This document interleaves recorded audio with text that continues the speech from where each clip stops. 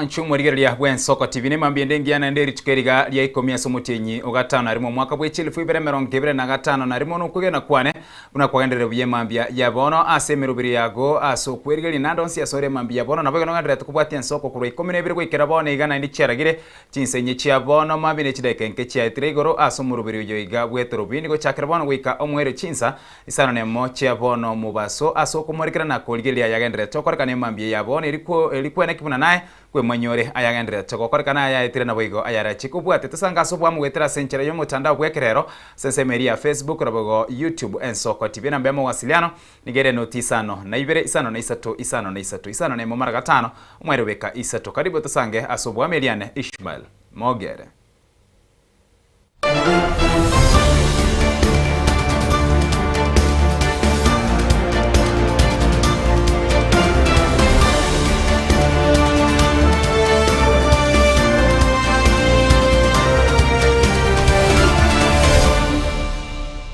Asumu chakane mambia bono magigaye na chieke gambere kenene igoro yeki na gyokorusi wa BC kwoyo kabiro mukonyi bo murayibwenseri gade gashagwa ngo murayo yo aerere buna ni gobono arachego tinene campaign chonsi ya sama tukamerongene na 5 erikogenda enkaya ye wa munyoro kolige chinchira cyo kwegwana nabarayibande bakwamirelia serikali komutuma rutwenka asumwa kogocha ase ogosira campaign stanye gokorekana gesa ensi ya Kenya konyora obosibure buna kwerera asubwagari emambia yabono. We stand here today with tremendous respect to the judiciary of our country. While we respect the ruling of the High Court, we totally and fundamentally disagree with the interpretation of the law and application of facts. The long-standing legal principle of natural justice and the right to a fair hearing has been trashed and ignored in broad daylight. What a sad day for those whom have undergone this in the past and those who face the same in future. We shall proceed to file an appeal at the Court of Appeal on the decision and hope that justice shall prevail. The framers of the Constitution provided for an appellate and Supreme Court. We believe we shall fight to get justice one day. Dear great people of Kenya, just like the millions of you, I'm shocked by the 350-page decision of the 3-judge bench of the High Court of Kenya, pronouncing itself and holding that my right to fair hearing under Article 50 of the Constitution was violated, and then ironically purporting to uphold the impeachment.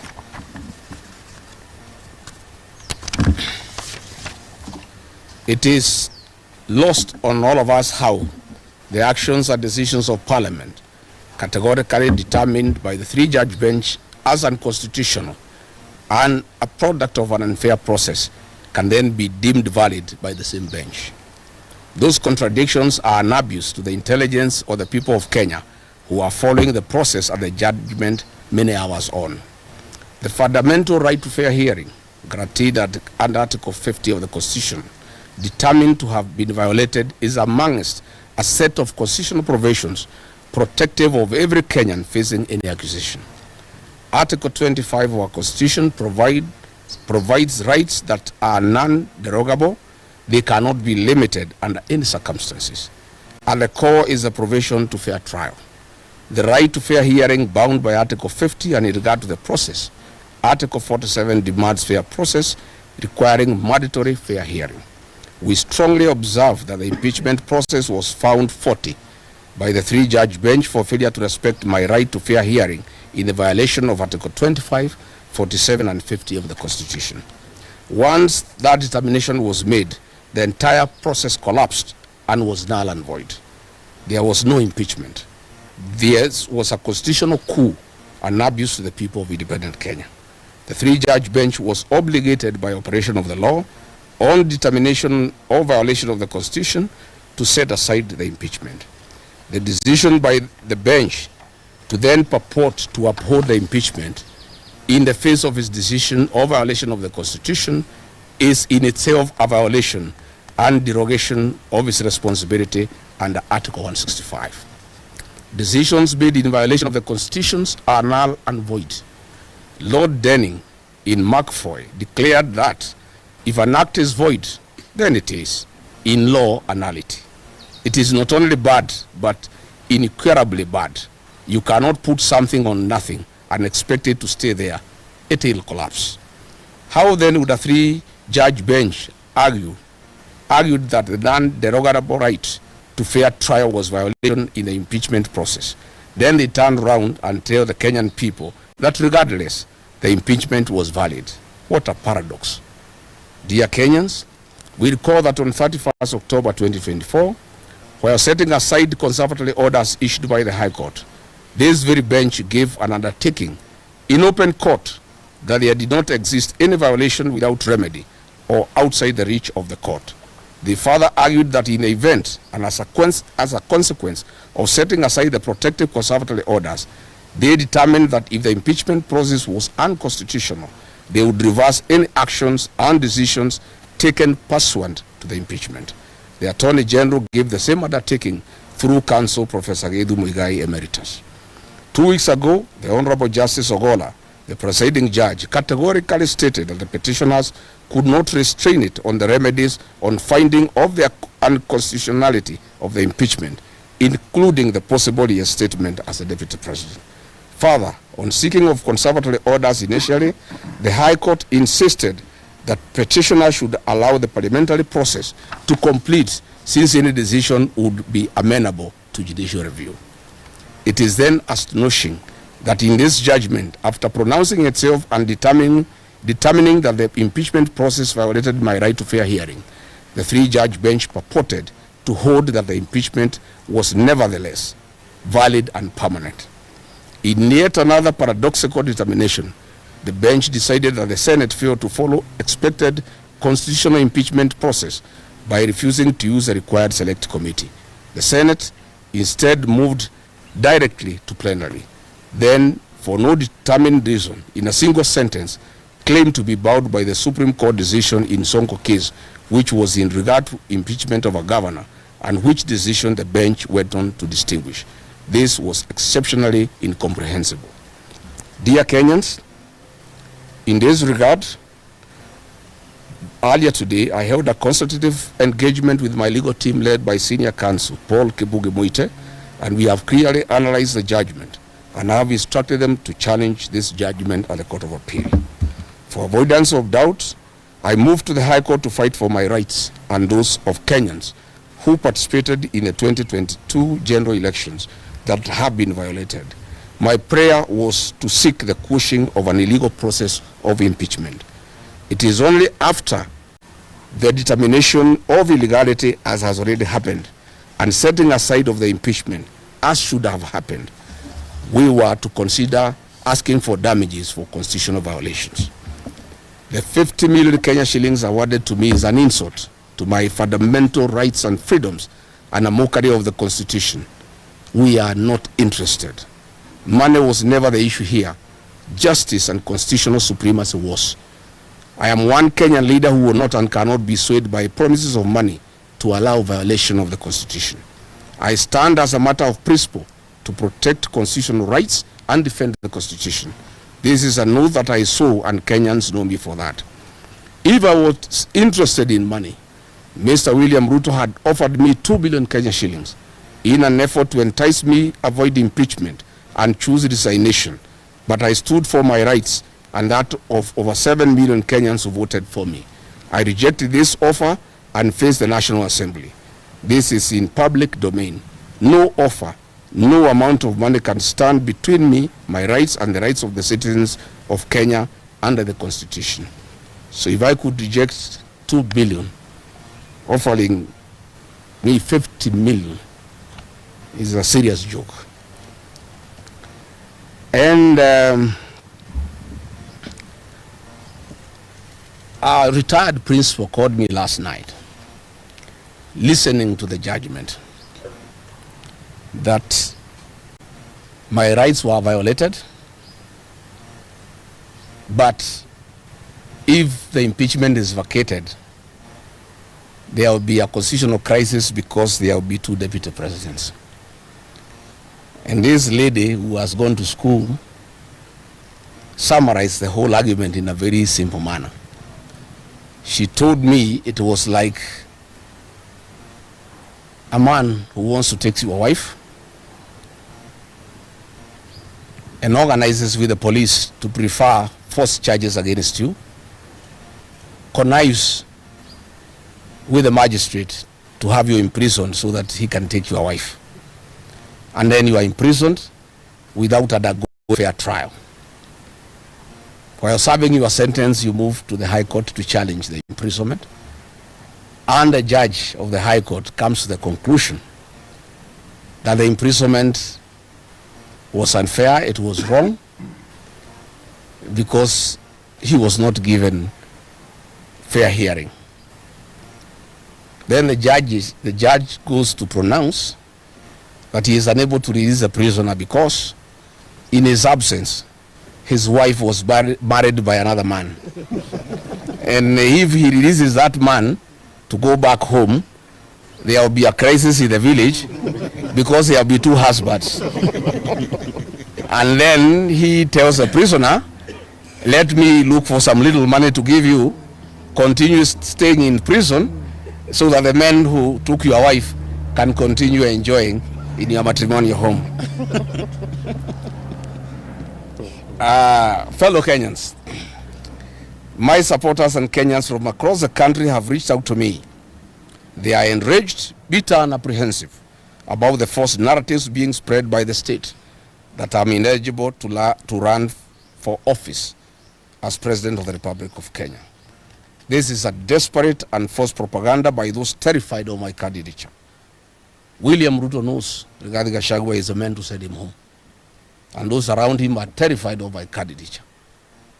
That is why we had this very, very embarrassing judgment yesterday of finding that my right to fair trial was violated, but then the impeachment cannot be lifted. This is a desperate and false propaganda by those terrified of my candidature. Article 99, Article 3 of our Constitution provides in clear and ambiguous terms that no reason, no person shall be barred from vying as a candidate in any election unless and until all avenues of appeal are exhausted. This erroneous judgment of the bench previously determined by the Court of Appeal have been unlawfully empaneled has taken nearly 2 years, and that was just the initial stage of the appellate process. I will be vindicated by the Court of Appeal, hopefully, once again, with a further protection at the Supreme Court still in my hand. I wish to confirm to my supporters across the country that I'm eligible to vie as a presidential candidate, and I will be on the ballot on the 10th of August 2027, should the formula that will be agreed upon by the United Alternative Government favor me as a single presidential candidate. Asanse muyende maigaye na chike ambireke na iguru yeki negyo kurusiwa bisi kuyo kabiro mokonyi bumrai bwense Rigathi Gachagua nigo bono ebunga ya seneta yerire chinga kichiaye gukwanira iguru yene cheyo asekero mo seneta anyorire ribaga kurwekerengerero kiaye buna ekobwatia. Excellency Rigathi Gachagua and 57 others versus the Speaker of the National Assembly, the National Assembly of Kenya, the Speaker of the Senate,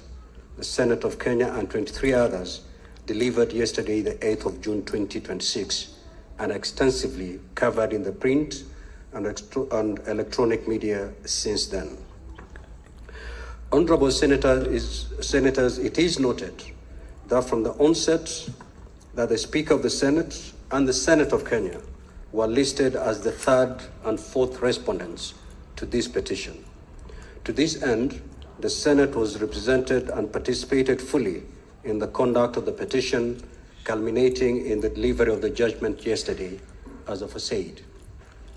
From listening to the judgment and the media summary of the judgment issued by the court yesterday, 8th of June 2026,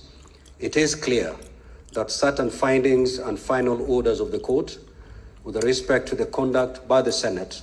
of the impeachment proceedings with respect to His Excellency Rigathi Gachagua have been faulted in that judgment. Now, honorable senators, following the delivery of the judgment, we have been advised by counsel for the Senate that among the findings of the High Court in the lengthy judgment delivered yesterday include the following finding, and I quote, the right to a fair trial under Article 47 and 50. We find that His Excellency Gachagwa's rights were infringed when the Senate declined to allow an adjournment.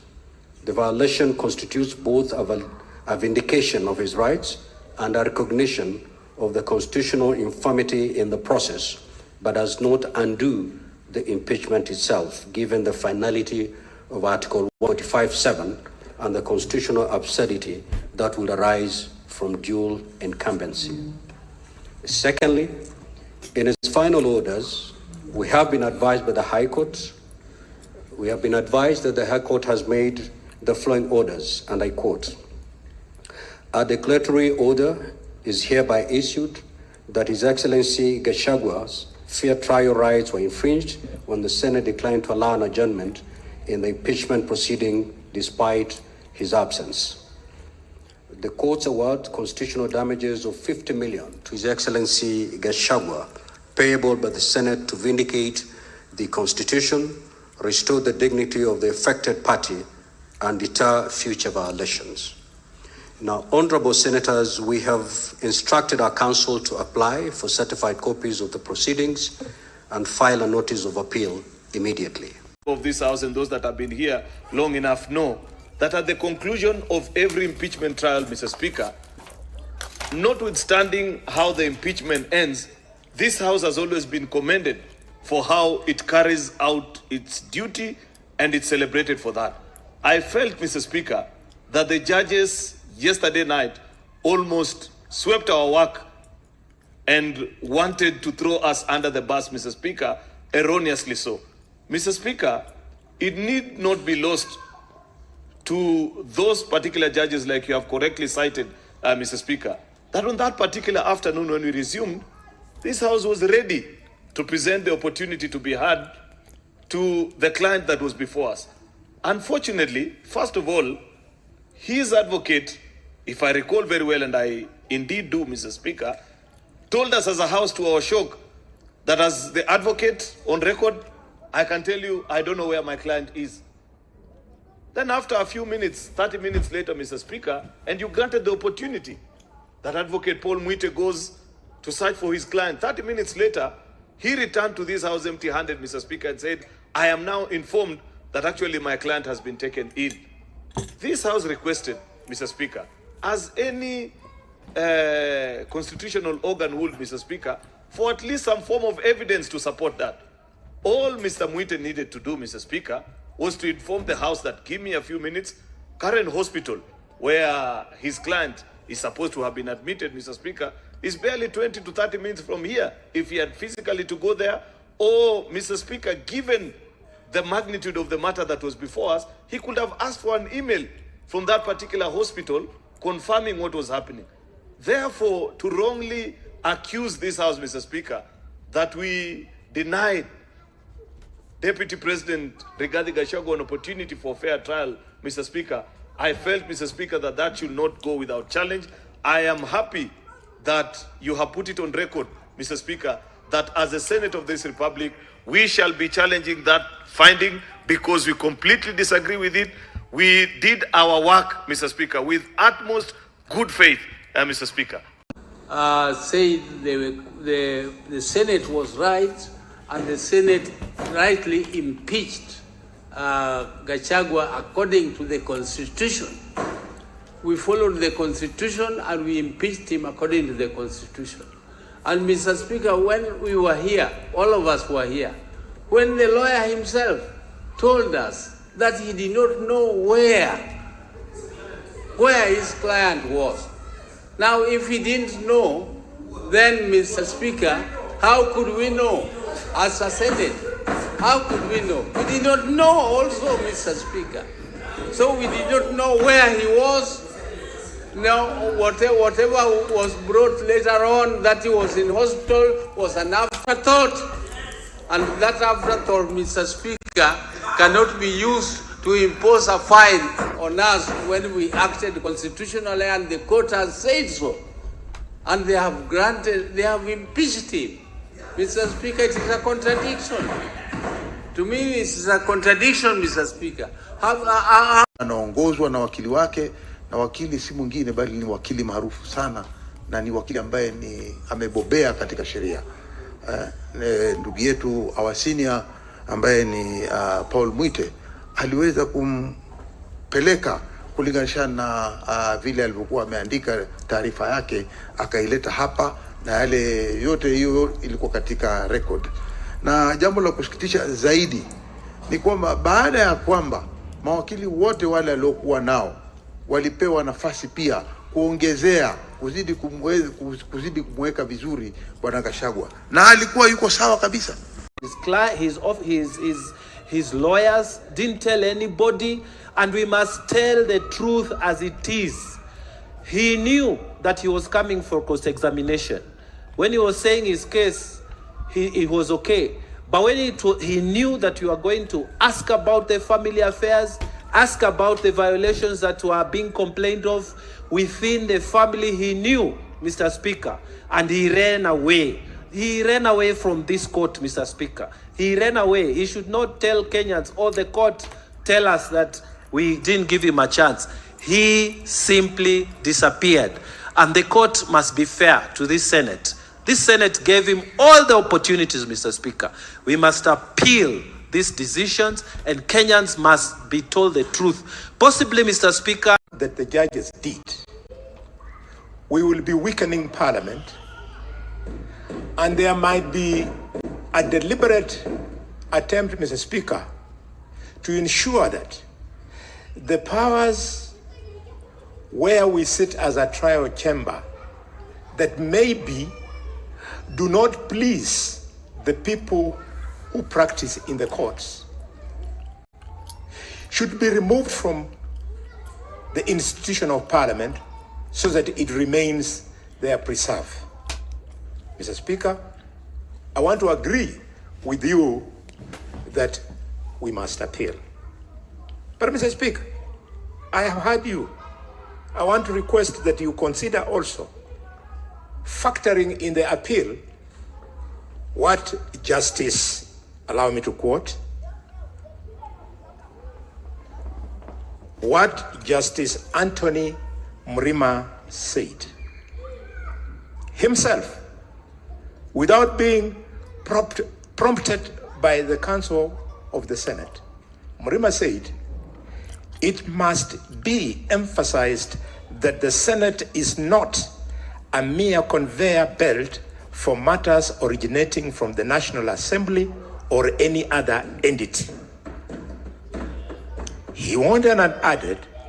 that it is a revered house vested with autonomy and empowered to make decisions by way of resolution, and therefore the Senate retains the discretion to determine whether to accept any motion or petition for further deliberation. He must be reminded that when he was thinking rationally, as I have quoted him, how was he expecting this Senate, without any application from Senior Counsel Paul Mwite, that his client had fallen ill? How, without evidence, did he expect the Senate, with the kind of discretion that he has? Sense moyende niko bono ekagere bona chigari chobo sombi niko chigotumeka gwikirania obunchireria bwa mariogo yogotindia ase okoyemuke kurwa sense meye mugochia eyende kebobisi korega no mubunge bwense meye bunge ya West Mugrango Steve Mogaka kagokwana bosibwe bunge enene eyo nigo enene eyo nenchire ye mo atebire yokogenda maminche neri chiko na kogosereria oborendi bwa mo Kenya. For this statement and it's a statement on alleged drug trafficking in the country. Madam Speaker, pursuant to Standing Order number 44-2C, I wish to request for a statement from the Chairperson of the Department on Administration and Internal Security regarding suspected trafficking of narcotic drugs through public transport vehicles operating within the Nyanza region, where my constituency, West Mugrango, lies. Madam Speaker, on the 6th of March 2026, a multi-agency security team comprising officers from the Directorate of Criminal Investigations, Kenya Police, and the Kenya Revenue Authority conducted a security operation following intelligence reports regarding alleged drug trafficking activities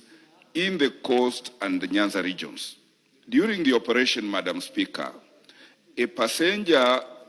bus allegedly belonging to a company known as Guardian Angel Bus Company was flagged down along the Kisumu-Kericho highway, where narcotic drugs were reportedly recovered from luggage belonging to one of the passengers.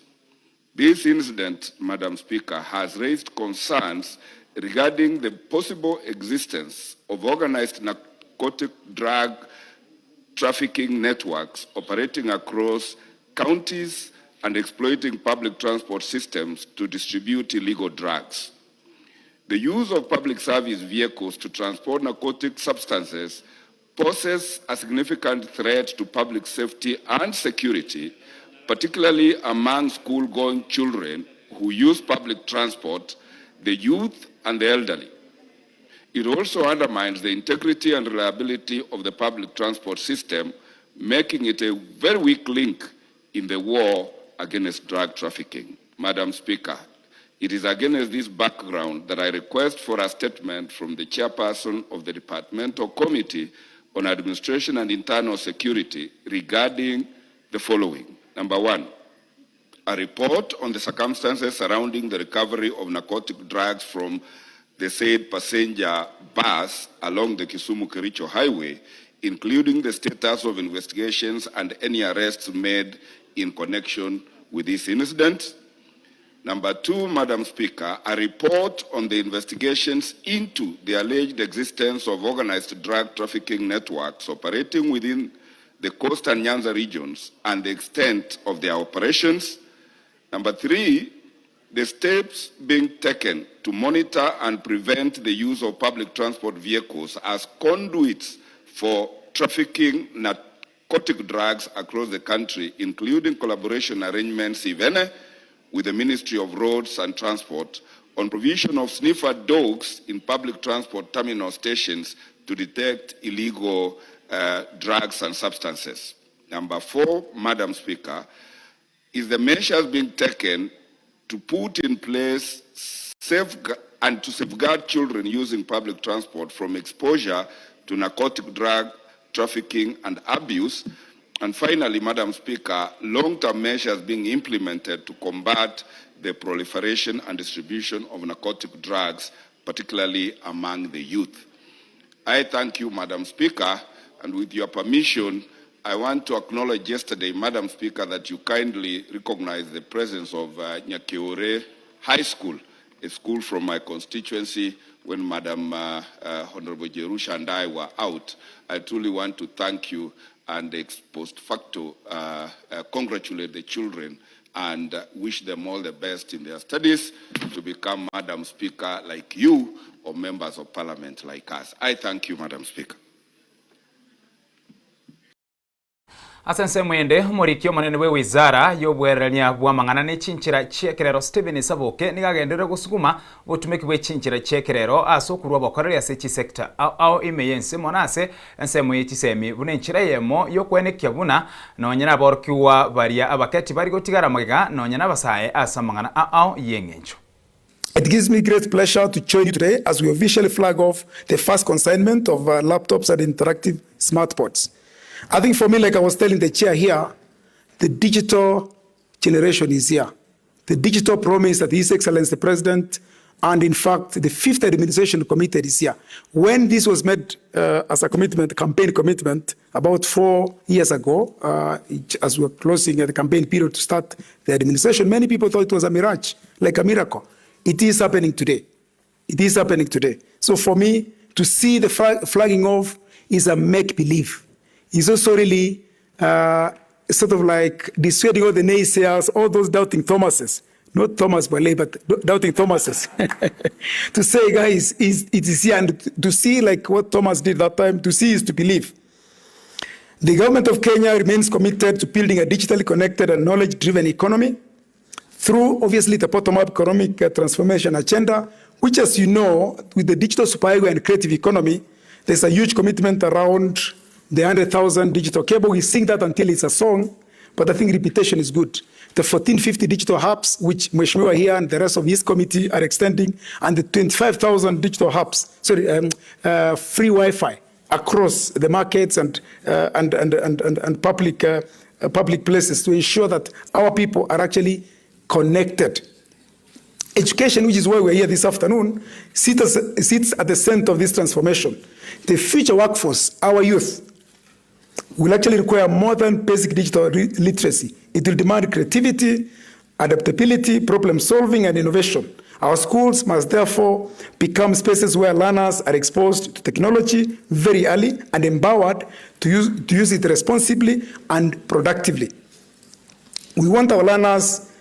not to merely consume technology, but to create it, to innovate through it, and apply it in solving really challenges facing our communities and our nation. Under this phase, we're actually flagging off or issuing 10,382 smartboards and computers across the country. I repeat again, 10,382 smartboards and computers across the country. Please, that's a round of applause.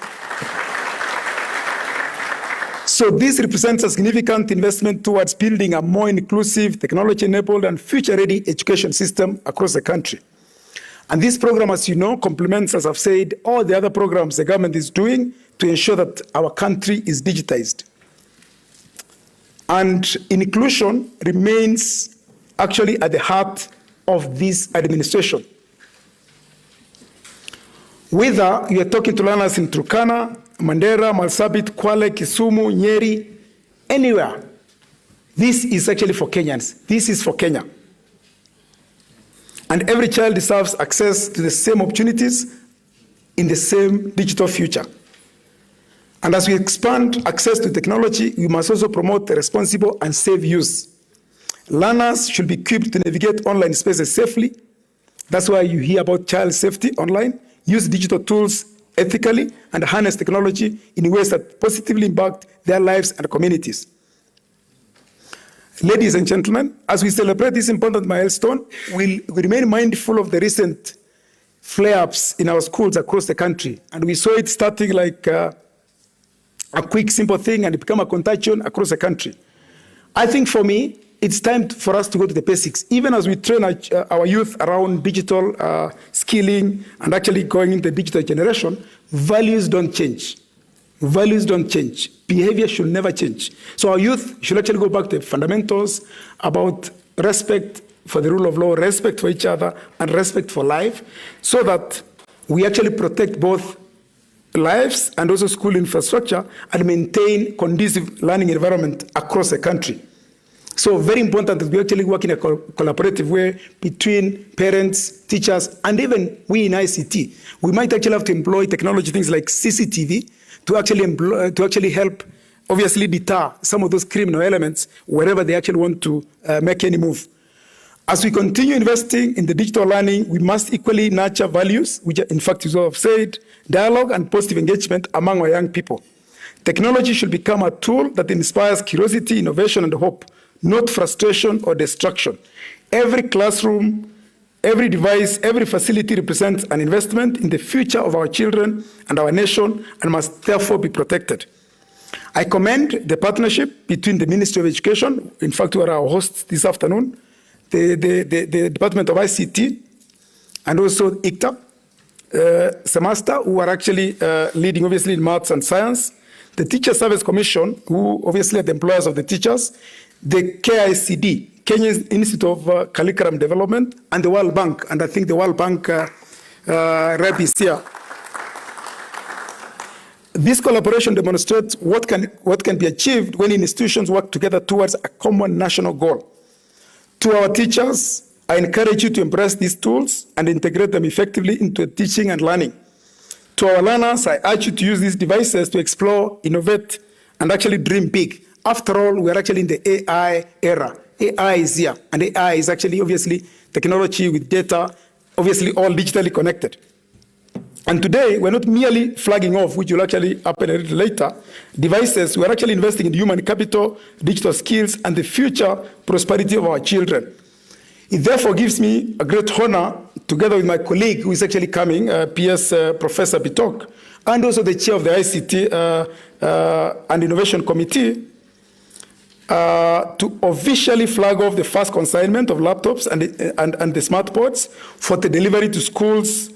in terms of digital literacy program scale up across the country. I thank you and God bless you.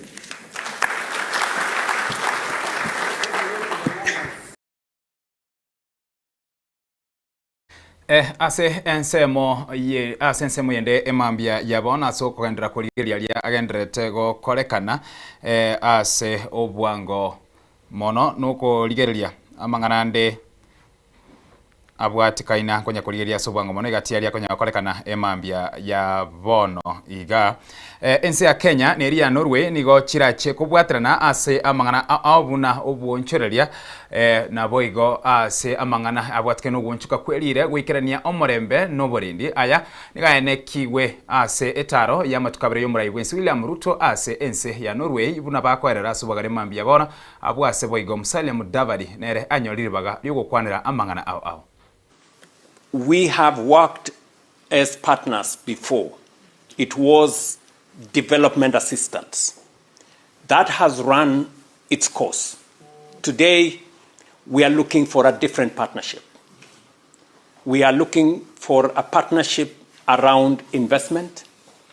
around trade, around partnerships. We believe that that is way sustainable. We want a relationship that is mutually beneficial. There was a time when the relationship was on dependency, on aid, and on assistance. As I have said, that has run its course. Now we are looking for a different relationship. We are looking for a win-win outcome. We want companies here leveraging on the competitive advantage that you have, technology, expertise, and capital. That is one side. On the continent, on the African continent side, we have natural resources. We have tremendous opportunities in renewable energy. We have vast agricultural lands. And we have a young population that is not only a workforce, but also a market. So these are complementary, technology, finance, expertise on one end, natural resources, opportunity with young people, opportunity in energy on the other end. So when these come together, we fashion a partnership that makes everybody a winner. And that is sustainable. And that is what we are saying, that as a continent, we want a paradigm shift in our relationship with our friends. The relationship in the past has been different. We want a different relationship, a relationship that is mutually beneficial. Because a relationship that is not mutually beneficial is not sustainable. A relationship that where everybody benefits is what is sustainable. And this is the proposition we are making. We need also to correct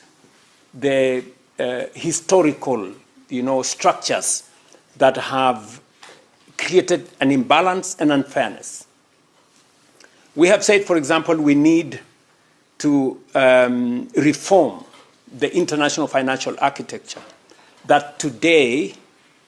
creates a perception around emerging economies, including in the African continent, that is not based on reality.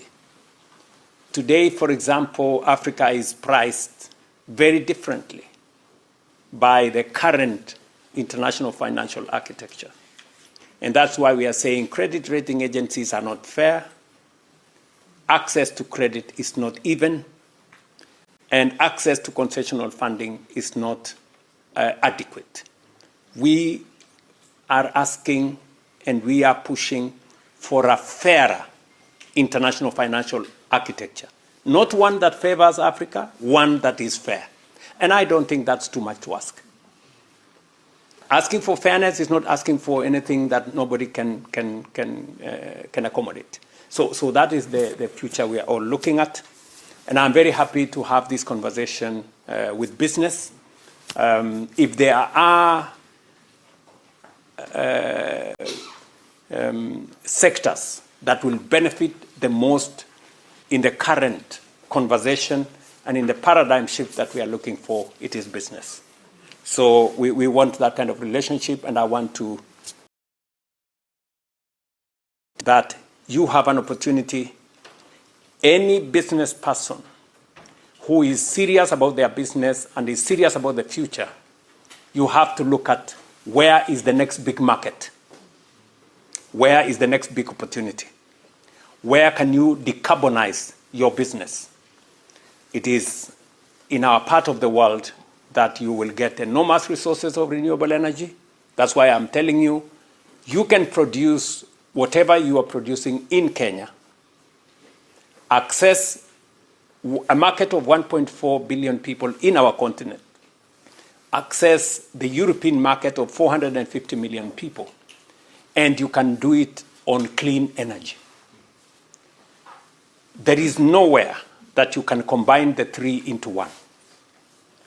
That you have access to 1.4 billion people in the continent, that you can access the European continent, and you can produce it using clean energy. It only happens in Kenya. And that is why.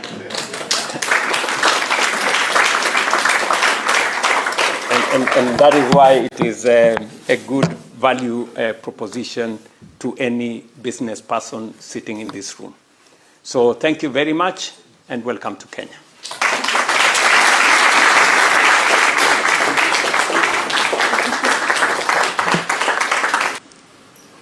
Kenya is a gateway, a major gateway.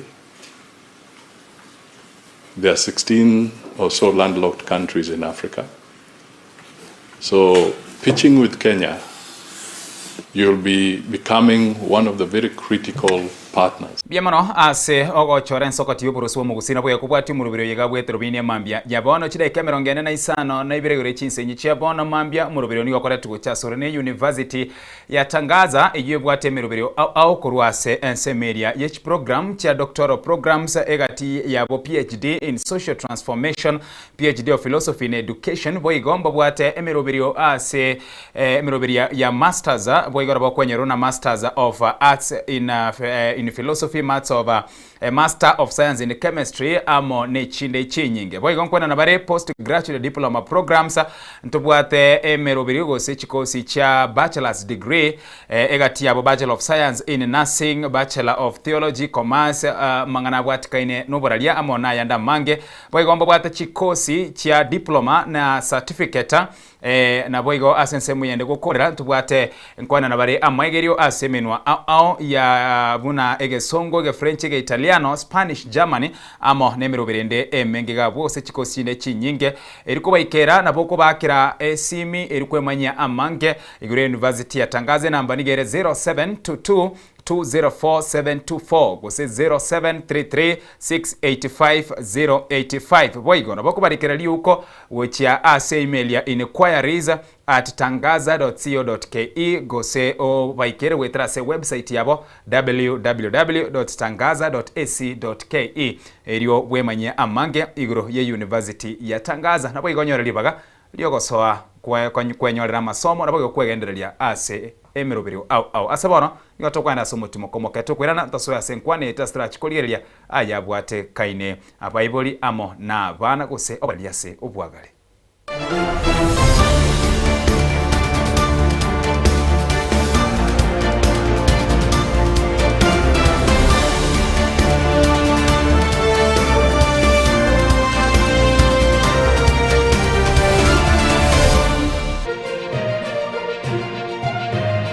Eye Nensoko TV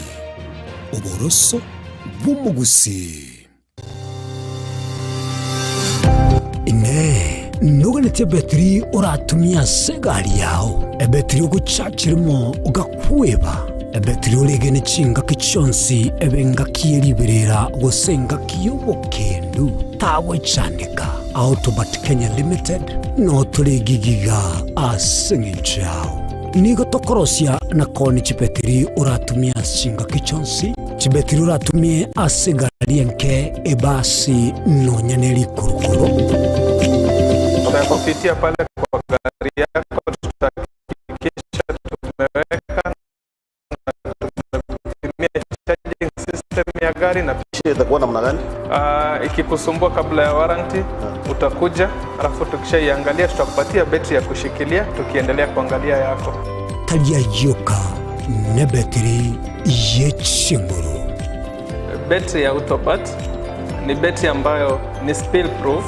kumaanisha hiyo betri haimwagi acid ile ambayo iko ndani. Hiyo betri imetengenezwa na calcium. Kama vile tunajua calcium hainanga water loss, kumaanisha sasa hiyo betri hakuna wakati ambayo inakauka hiyo acid. Asamange twakirisimi namba 0739697855. Kwa wale watu wa kuja mstatiwa, wachana na betri kama hizi. Tumia Autobat. Betri ni Autobat.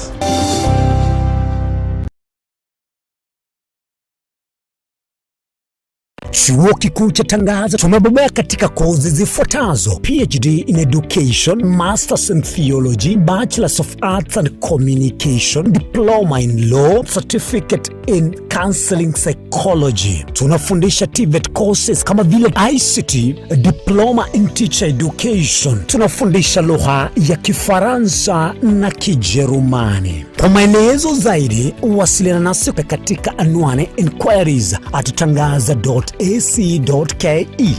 au tupige simu kwa nambari 0722204724 au 0711713910. Unaweza kututembelea katika chuo chetu mji wa Karen, jiji kuu la Nairobi, Lang'ata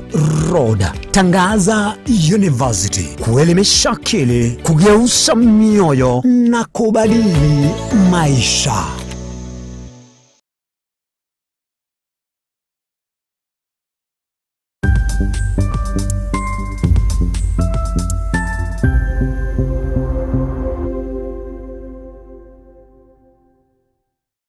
Ubugima n'urugendo rubwa tamange amaya n'amabe. Umusakito Linet Nyambane niga ng'aririye imena isiko ya gusi na gusanga n'abayaeteire n'abakuyaetera. Nchekera na igole twe unango tebiwa tona igole tukinde buya ngakina kinde buya ekera na chiwe ke miaka sta ngachaka ngotifero po ngoira samago wani kamanya gutokanga na twali roba wana wacha gitego. Aya nime yo muroberyo bumwenori kiraritukure Jumatano chinsabiri chabutuko imeya Soko TV oboroso bumugusi chinchira chito chigekoro nigo chirasoko goseli gwokonene gosiriwa ne chinchira chekerero ekira kikiagire Soko TV twachire guturigesa ku kyomugusi kurwa soko limera asendiba y'abanyandwariro oboroso bumugusi boigekirwe omugusi bono ne chinjira cyago goikaransanse na kubeke TV yawo kwene kingangwe somye uregekoro kyomugusi wetro muroberyo bwigekoro gyeito hasi tukomera nabaga kaba Samuelere nabo igabange nabanyika iligo kwanero kweboya chindagira amasikani chinyangi nemejiga ao yumugusi kera litsuko ri aramisi chinsayibere igoro imeye TV yawo na mbeye Soko TV na Stephen Nyarike Mbunde tolende ekimira eye ne Soko TV oboroso bumugusi ekoro yeito imeye Soko Soko ekoro yeito imeye Soko Soko ibyengia yakire ngumanga bunalero ine asama kiaya mbireo seino mbireo asama amatuko amaega obugima bwakira ritko bwomogusi nigo bware gosirwa n'oburimi rikomera riburga risamura byonsi asekerenga yokobeka ase ekiage ekemo ningi keire ribaga rikiage asinka yomogusi nobonchereria noborokia nobonyanyimbo gose nobwagachi somoroberio wikiage kyomogusi nobe gokumerana na inche Frida Kerbo kera ritkoria ijuma chinsa ibere chamugoroba astogo sanga nomugusi korwa chingongo elio kumanya naki bakonyorera engere yabo ya kera ritko tomocha Mrna nabalibe chinguru Erikwe manyabo na wataka kuruchitananya chinse Frida Kerubo Innocent Onyango Clinton Ondegi Diana Ndemo Ishmael Mogere Linet Nyambane Daniel Omwaga Eke Nakige Kos Kiamesa Yamangana Maya Mwanchumurigeria bwen Soko TV bagakwana bagateba chisemi na lichikoribia orobebe egati ya bari babwate na bari batabwati ase bisaku au akene rure nche Clinton Ondigi gwetera seketa seni kiago gien Soko TV gochiko komanya onsi eya maseyemo ali aenekiwe ali arobere gochia koenekiwa ase sector yechisemi kuregase obugatagati bo mocho Nairobi abegochi county chonsi emerongene na isano nebere ase ense ya Kenya eriokorigia komanya na ria ya agendrete ase sector yechisemi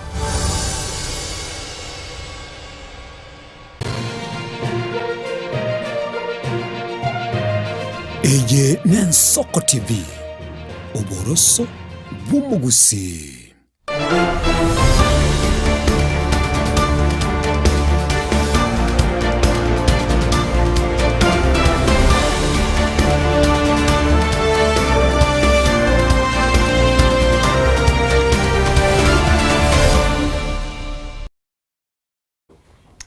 Biamano mwanchumo ligerelia ase ogos Soko chore Soko TV mambia yabono chirege chatigere isato choka chirege chinsa isato cha chirege chinsa isano cha bono mambi men Soko TV buruso bumugusi karibu sana sense muyende ya kabira somurubiro igabwetero bini ase ogo kwanira mangana awe emambia ya bono na mono ekaratura chikulirelia ase meri yokorongeya embwa yo mwana abwase omwibuli no oleme obuno buna ase meri buno mwalimo nabo igontu bwate omworo kyoswa abana sense muyende ya gatatu igobana no kubwaterana ase chinseme chiga chionsi isatemambia yabono kolene traso asuchaga kwanira yu asobwagare na kire byangariga nyo mugani utuwe chigosanganere mambia yabono arago sogerie mambia iyiga kurwa bunto soe ase nkwane itemambia bono iyo erengete kurungiya embwa yabana karibu sana asante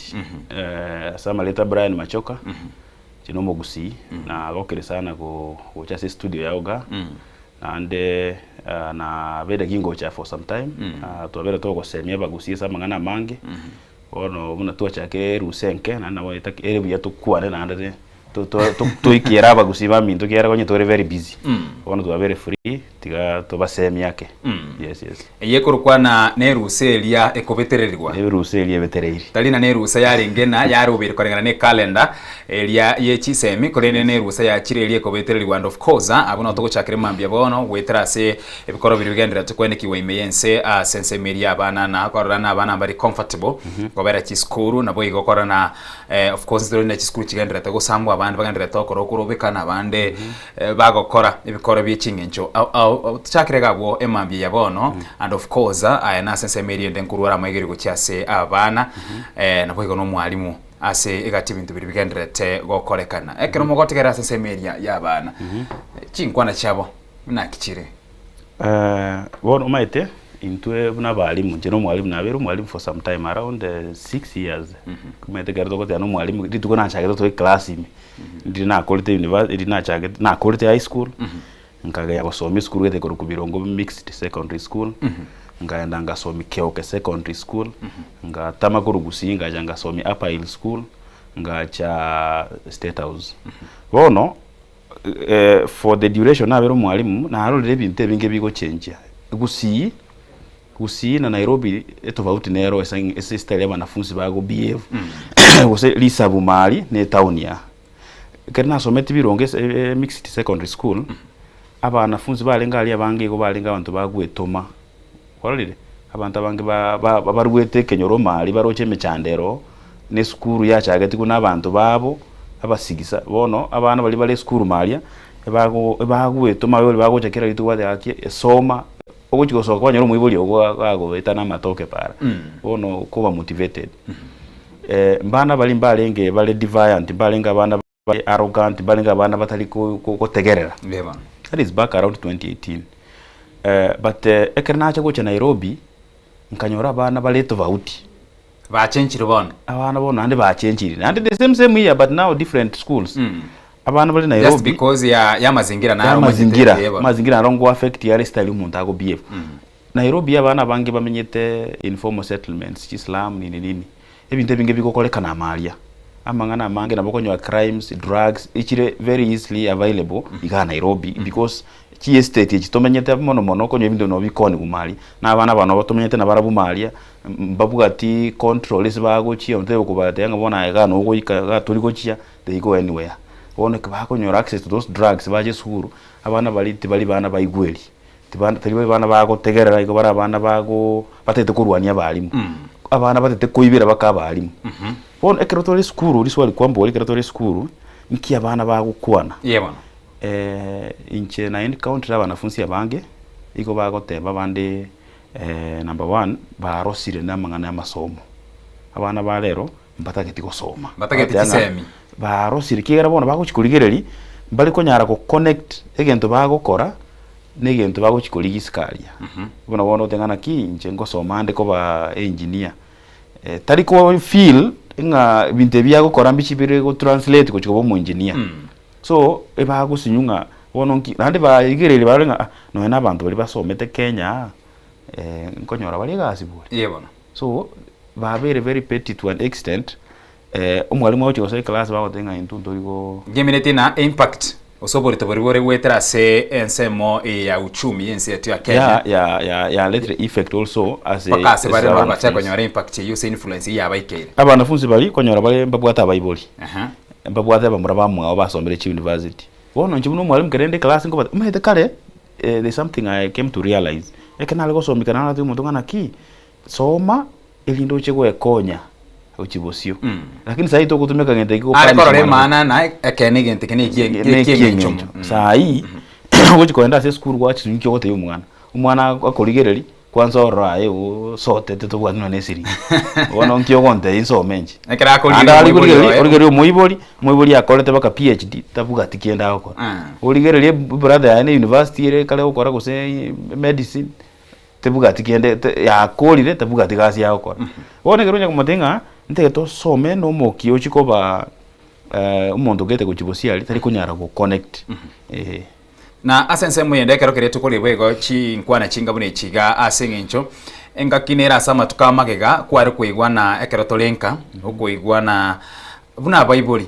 gusekero kiri muri asemesa amangana na ari mutakaniri gukwanira ase abana bali na asengencho amangana yega mu gukwana na bara influence aso umwana uyo iga onyoro umwana onere uchakire kuyerena na amangana aya aja buguri no buri togete and maybe nabara atumika mangana aya guchikokora egento gite na ekero tugukwanira asa mangana aya bwatkene no chumi because that's quick kire boniga na bana sitting room mole koragira mole gosanga mole moko mocha mokwana mangana siasa kimoramo na bana moko mocha mokwanira mangana bwatkene na uchumi moko mocha gukwanira mangana na rero nkyo muraibwe nsakora nkikigendere tasigete gocha so nonyina abana okanyarana nyone mbara bwate obumanyigite lakini asama tukamagega enkwana yarengo na mangana na mutatakeri gukwana sabana so because na barabulia mangana abachako yakolera lakini bona twenyori roro ngitukanire gukora rine because to konyara wa avoid because konye ine impact ya neno senege yakogera ebyonsi bikokolekana tokale kirinde bona omaite teknolojia sai no tema ko bise binte binge abana balero kulingana na Bible bali baro ababono basai iko babaete a lot of freedom you go access so many things online na no ko jo mwibuli abwate wifi aito mwana esimya ko motenga ebono nabo gukora kindi gionse kwanza omwana ari grade kya gatano na kabire ugoleirwe simu bono na to discuss into na Bible gusera Bible na ba discuss busaba genda bacha munge ukwane gora siasa gusimukane mukwane gora siasa abana balero sikuligelie bange bale Instagram abande igo bale TikTok abande igo bale Facebook ibare all over so na information ya sai igo spread online mono kubwana wanyene mainstream media bona abanafunzi balimba manyete in fact yango tegekemo do you know bono chiskuru chinganda teko sambwa one of the main channels but mugete go spread information ikaikara chiskuru chionse is social media kare bona social media talengo ilinyora 2001 eskuru getenere yayete bana bakayia bange sana na around 2014 2013 around there eskuru chikayia bana bakayia bange sana bana up to around 27 around something like that lakini okoba liri social media njalenge that too much kugisa abanafunzi tiyale kunyara wikira skuru chinde bono saa hii abanafunzi balero bale skuru babwata entertainment babwata access usese chi computer igel grade 10 saa hii naro kwali kubeka media bakote nga PS isaboke batebire ngana ki baenroll jirete rasima digital ende class ime bono digital ikero mwalimu atayo gose none kero mwalimu aro those things mede chiko pop nsalinga school gete ya ire wono nande chi inning inchiro chi outing inchiro and so many things abanafunzi bakonyora information through social media wono inkali no tema ko regulate otenga ntu kwana the students will still get information ku wetera social media it's because of the times twaikire but wono as parents ntu bwente ko twara a responsibility enene yoko instill discipline as abanafunzi ekere abayibuli basai njage na nanya korramete sometimes njam in the disciplinary committee ya school ngoche nara tegerera bintu biko kolekana sometimes nje nabo umuntu asikumboli biye byango modenga umuchando monene tobugate igora so muiboli ekiagera liga serikali ya chira ya tebirangana ki umwalimu tumekanchira chinde chionse kuje to ako mwanafunzi olike boko andonze ko corporal punishment tumekachinjira chie counseling na bogo cho mukwanire in anyway omotebi onyakabwata magoso mugukwana no mwanafunzi oli kwa kanso mweresere gocha lakini bono omuiboli oleka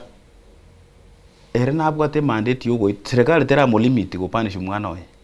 gwako mwana ole biboko no serikali tera limit muiboli go punish umwana no yogo na bogo mwana no yogo ekero mwana oga ibire ekero mwana oga agosire ekero mwana yakorera magoso you have the mandate yo kumubolia maswali mutengana ki what is happening ukonya nabwata magoso tikako tekero ko favor mwana ngabo mbete kuchana ara bibuli bande squeeze mwibuli yako chonyoro tokotubwate case otuma igoro tengana ki umwana oneta akora bintu binebyo nanya korora kako kora gento kingamunike kora ta ronya sole tamanye tipi do you know what shocks them umwana ulibono umete kereto kora chikesi chiria etoje tuwabe ko mwanafunzi mapema tuwagather information wate mwanafunzi likanka kiumanye umete kereto no mwanafunzi ntwe skuru is a very different story ne kare mulna ereka ntubono umurangelio bisiali number 1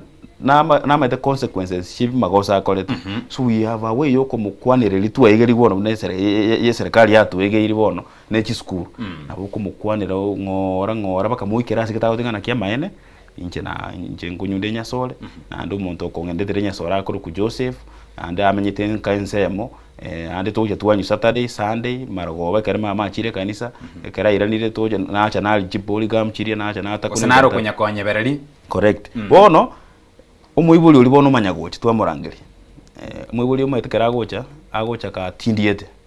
agote umwana one tawo kora bitu gocha nekerundo sana agocha nekerundo bobeote anga muko gosera umwana one ngimoko yanga kunyo kimoko mungacha umwana one by the way ni maitero ne karale gatari kurwa tabuga tuno nabasani se compound ni kale nkalioka bono muibuli ikaranstalia twarangeli umwana tomotenga totei story iwato tebikiera maitono squeeze mete baranguli kabale statement agata chiko koruka ongea gote anga na ki bono ridiota otaiyo ngochiana naranywa bono muibuli otigara kare very shocked nakuja nakandia bibuli abange baleka tikago side no mwana ogo ekero mwalimu agotere umwana oyo nabwata magoso gete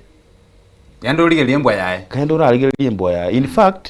kwanza karati ko mwana aragenda kando to basa kungia ko hagi no mwalimu ekero mwana arabu tigo mwana ende kando nchite umwalimu ngana ki amangana abono goteana maene tiyo nge oteanga ki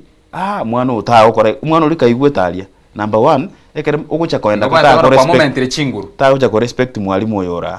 mwalimu utagucha kunyara kumukonya na ayo muletete school ili ndo mwana yakonywe kwa majiro gucha kwa moro kiringa mwalimu utaisaini nabo komogosaga nabo no monene se serikali nabo gocho mu frustrate ga umutenga ngo minyokinde bobe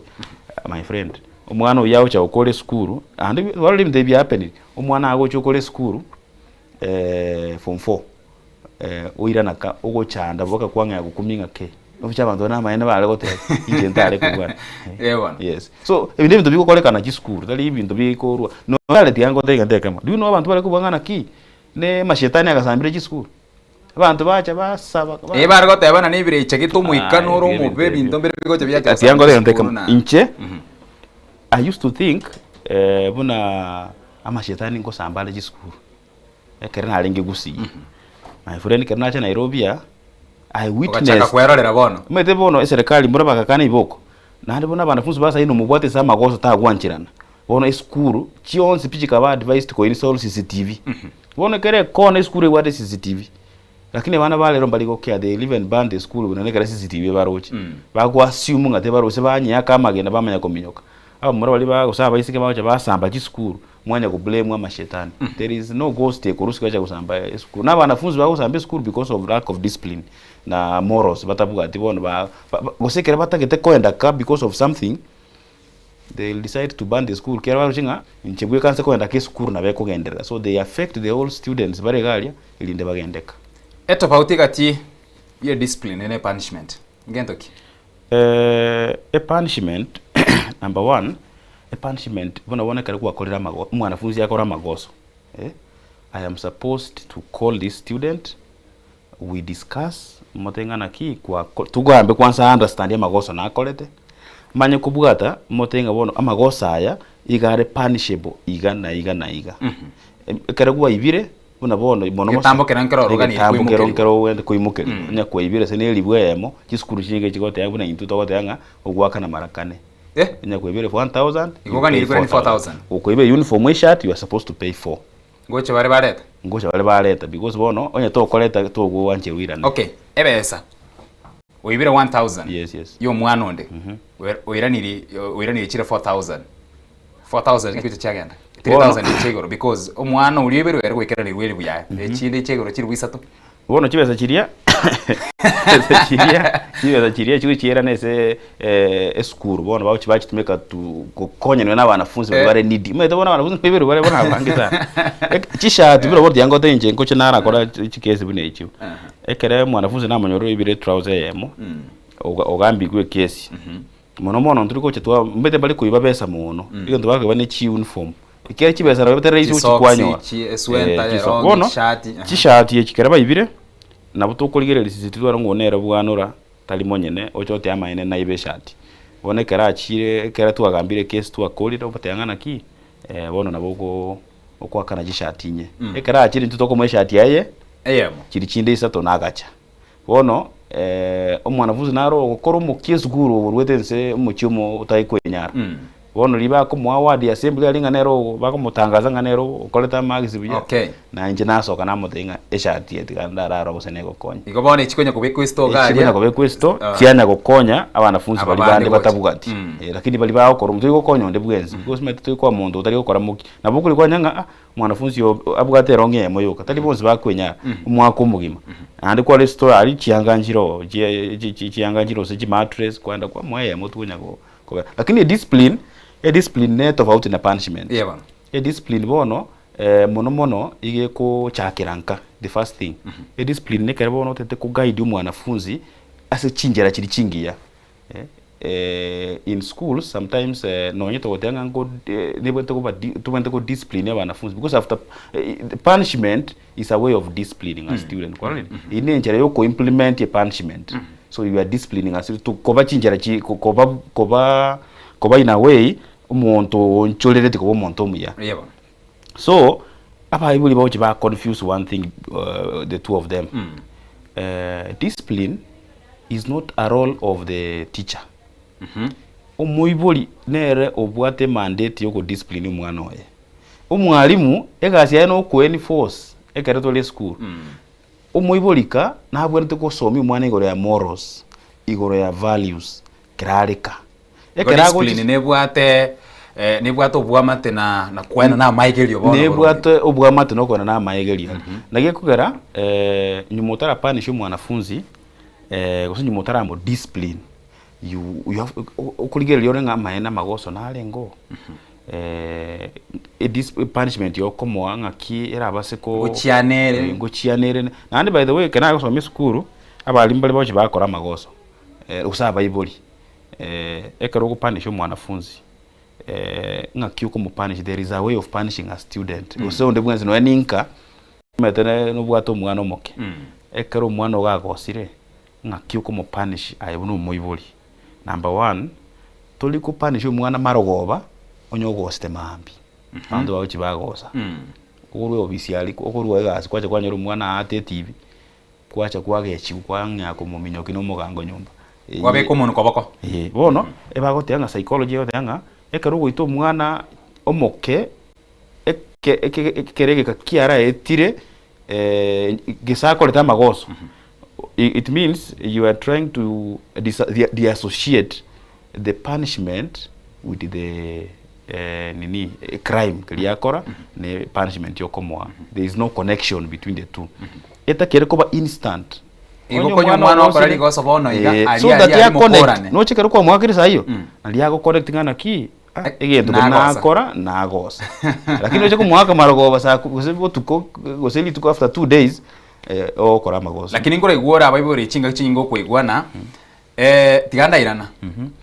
boni gatinde tugosalia nkoro yane abaibori abo tiganda agenda usemugonda areko genda gusene mirimo gusene kiombe gusase narare ko genda otebana tiganda agenda kinkwire na magoroba kondora muri na kiki tutete ko basemye bono roro umwana wichinse echi karate ko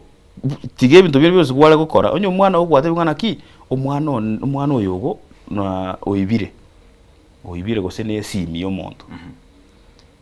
osoko motiga for long omwana oli yako ngya ku prepare defense korori da kunya kwebanga ne excuses angedenga omwibuli oneka go sengweka komote binera ucha kwebanga na ucha kwebanga na ngitiganda ali goso akubisa tu asikita ata goliki ata utamonyole so gutakeru okero kwanyoro mwana sama goso immediately mu punish chinse chichicho kuana na ere nsabu amuigwane omotebi magosa agona nyagwa kolire iranisi myo monyene gakoirani omanyenga kioko mokora atayira tibono naboko nyabono okora investigation ayibuno muiboli onge gotegerera to squeeze abana bale na ndo maite na bebo ntubwente ko ba understand tali bana batagete ko irubwango nabo ba kubule maswali andosi no bwate evidence ngani chena iba nini they don't care gose no muiboli yole gosenki they just want chakira kwa baba kwa akili chakira kwa baba kwa akili so abana basai mpali bana bakuirubwango bwango none school gali ketokora tokwandura chikesi chiria iko toko tuare evidence tomanya gwataki umwanafunzi ekiagaro umwanafunzi oyo so komogosera amaya kuimoka agende asigete akoreport aye kwabugatiro nya tubwati credible evidence wachire ono lazima okole obotuki buya omanya ko connect umwana oyo nili mocholiria omanye ko moseli gochika nenyarekane na ase enchire yega tugocha twara delay na labda umwana akorera limocho kwa mogosera lina tianda ira na magoroba na kikigo chekerera nga kiendo konyaro umwana ni gagenda ugura nonyene esumu gosonywe esumu ekero umwebule goche kubori guna imwa itananera kwanya kwa maiko umwebule gotebana ekemambia na akora teke neke ncentuma netenere na mutebina kingo ina na magoroba tumanye gukwana mangana lakini umwana umukike tambukira ogenda okora egento kerekebe especially ase media abana chinyaruka magosongo chara korekana nyora na bwebwateranirie osobere morito kwanyorana omwana kero kiribu no mwiboli amanya tari koganya amanyete na we mama kagocha magoroba ngo nkorari ase ngencho ikire kumanya na inde nkwa motianere kemambikeria etereka magoroba naba abando gochi kwanyorana ochire no bagocha banyomuga ose babara bagenda oboiri yes bono egento ndate abaiboli bintu mbiro nakire konyoranga ese ikeire onya to konyara gwesomya yo monyene buno muiboli kalia osinyo tubugati natural psychology eli uibolire nero na nyasaye oire na nyasaye use wisdom gete oire na nyasaye o nabo bwene to ligichinchera gete chioko handle umwana ekere akorera magoso ikigaro school of late abantu abange bakali ku okupoli umwana ligo obuge minja oteba ngo eita and by the way abande ngo chibali beita bakwirana na sana so netakeire umuiboli otumeke chinjera chiao komanya buno ko handle understand umwana oyibuya omotegero manyana ki umwana oyo nabwate character gete ekere mono ko muboli kerara sama goso tali muntu ole friendly no muntu rebellious muntu rase ko babuna no muntu tukukurwani usota ete kweira na nate ngabona muro chinje muko ngasushite ebintu bire lioka no enemba liba koleta magoso they speak that way so umuiboli no bwento understand umwana ogubu umwana oyo nga ki character kiabugate tigakunya gwasi umweta umwana one no muya tabugati eyi obwe ngainete umwana oyo kerere sa magoso nga kiago behave tali is not an angel tali muntu lelira iko tali okora magoso ekere ara sa magoso nga ki umwana oyo akora ki nga kiago behave nande ahibuno muiboli nga ki ko manage umwete nga ki ko mo handle ekerale in that state so that abana funsi balero mbabugati baliko nyara ku manage their anger you can even spend money oiro mwana oyo aseno ne cancel amade school yesa hii ntobugate bagotenga to invest mona as counseling ama counseling also ama counseling officer alise school ngoja ndenara ba ese department area guidance and counseling na chira ali na study lisa mangana online child exploitation and abuse buna bakutumika chisimi ono too much access to so many of these things nchiri binto biya ahibuno muibo no bwene to understand ibintu ekera otenga chisemi nanjiro cyo kwanera abanafunzi usicho kwanera igoro yobulendi bwa bana abasayi kara agendo no neba ne karale digichibesa chinkero umwana oto sako cyangwa tumeka chibesa bosa oche ko chandeka kuchibosyo umwana chiko ko chanda yes naki buno muibori oranyare korunge yo mwana osikorunge yembwa yo mwana at the same time kerogendere tukurunge yembwe ga yo mwana kwa kino mwana nkorunge yale nembwe ya yembuyere o maintain obwamati bwago no mwana tebana ekero kerogendere tukumurunge ya na kumworokereria omwana ni gatete gochaka korana bono mamo chakera ko bomo bisa gose uyego kondonge yo chakera ko bomo bisa so that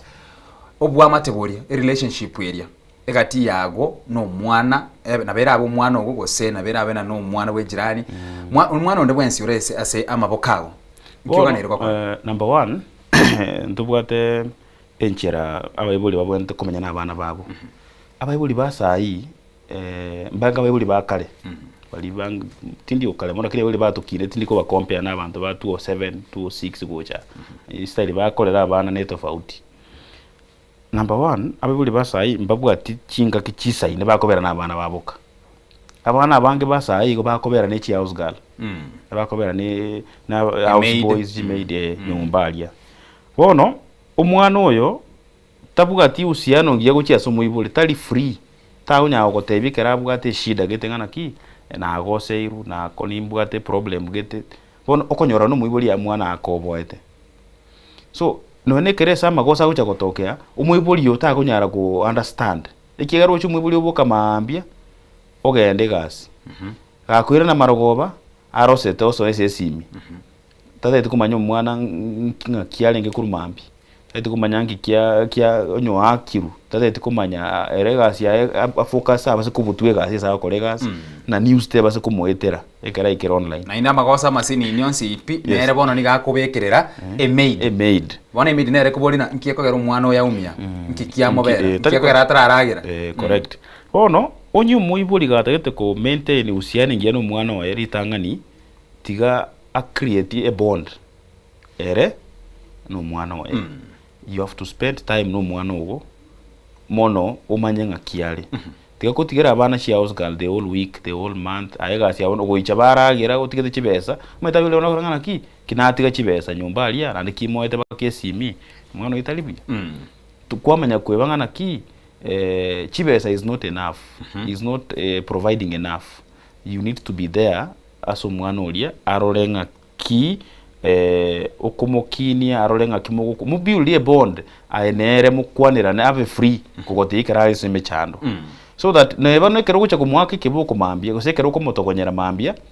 umwana wina bako connect umanyangana ki my mother gusema my father means well for me lakini to gucha gotogonyera umwana sai kunya to yago thibona akio tabera isiko ngo igwanda bana batewelengana ki nimete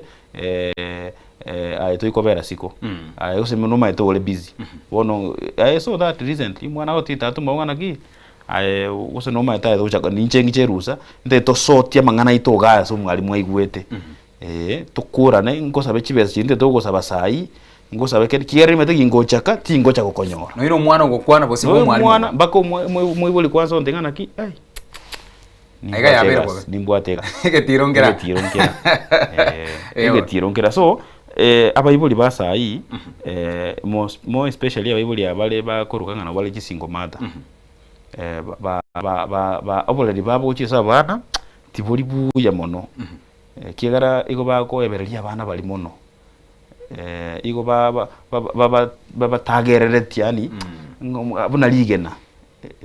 Abana basa bakora okora igwe abandi bakora tena liga liane exactly teli bijaigo there is a enjera nero oranjo mwana ogo otali kumukora liga there is so many ways oranjo mwana ogo mukorere kirizo kumukorera lakini ekere amagosa abeire deal na amagosa isai umete baote anga moto konyolinga keroro moki ucha gutiko mwana yakine abo monto monene kumukumba nako nguna ande ucha ku blame abalimu osekuri na squeeze umwana agurwa ne abalimu school abalimu metero arumbali human beings mwalimu ogechiwo amoereri bobe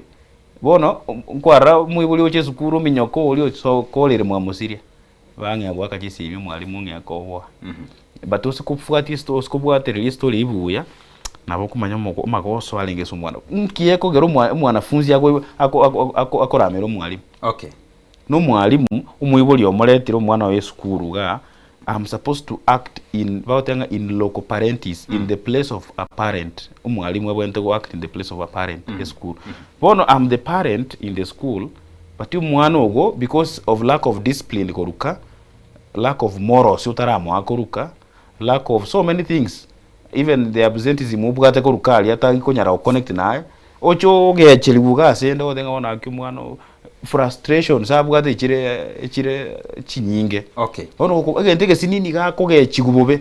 agete kukwaka ekera tokwarira mangana angabuna yega emambia eyega boigo mwancho mulirira bugwa kesimi yago tonera usanga subwamo ekera tokwanira goro yogo kinia abana na boigo koronge ya chimbo chiabe namba nigere 078866 6663 na bogwa kesimi yago emambia bono iri twendera gusanga asobwamo kitwendera tegosemania na boigo kwanira ngani ase obwagere namba nigere 0788666663 akagesi yago gabwe mambia bono nabo eranyakana nobwate ribolio nabo ko ribolia iga karatondera tugusanga asobwamo emambia ya bono gwakwanire ngana ebwatikaine nabo iburi kubago chababa so busy and of course abona no twikero konyorana labda chinga chinge ngochore kwara bolio yo muna boretina abana siasa especially asabana siasa sangapi agochoba ne familia yaya kwa morora nigabo keke mambia ori parliament ka sana ne kewe kasatisa uli mukutana sekete uli kare wakore gento kete abuna sesemu yabana siasa lakini kiujumla abiburi abange benyorire na niko babwatiranirie nemiremo na koligia asengenchona na kaniti koligi chibesa bills echiri chire igorando that so nege karago choreta abakoli abemiremo ko bakonya so ko balance ibintu biga byonsipi again tunkiro mubiri aganire gokora because at the end of the day kuikaga ndemiremo wikabe busy abande mbaro kora igwana na niga amenyete chindage igoro oli Mombasa oyo Nairobi ochire so egasia eno go fly igo na bera abe akomusana tietora imke simibere isatu iga tuma kogendera ensoko bwakire bwakire buya karibu sana no ara Brian mwalimu oyo kwanire buya sana ingomata na bagaliye abana sana ingomata mno mwalimu akwanira agwo o maene ninga bagaliye abana kabisa cyagara abana nabangoma etesibyo konyora bali kikiro ikora zikizia banyira bande na bora nyore no mbutu kuna libago ja sai ne kana iji mwana na yara gira kama iji ya ana bana kinyaro kabona iyo baro china bale ngo karoma yetega tu akarure skuru kwa kwa gakire kwa rushe uniform waso amu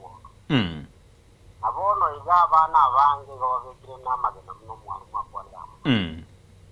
bono injira abana babekire n'injire ndene na barayito mwarimu ateba ekyagera abayibuli abange bali gotoka 10 na mwakwana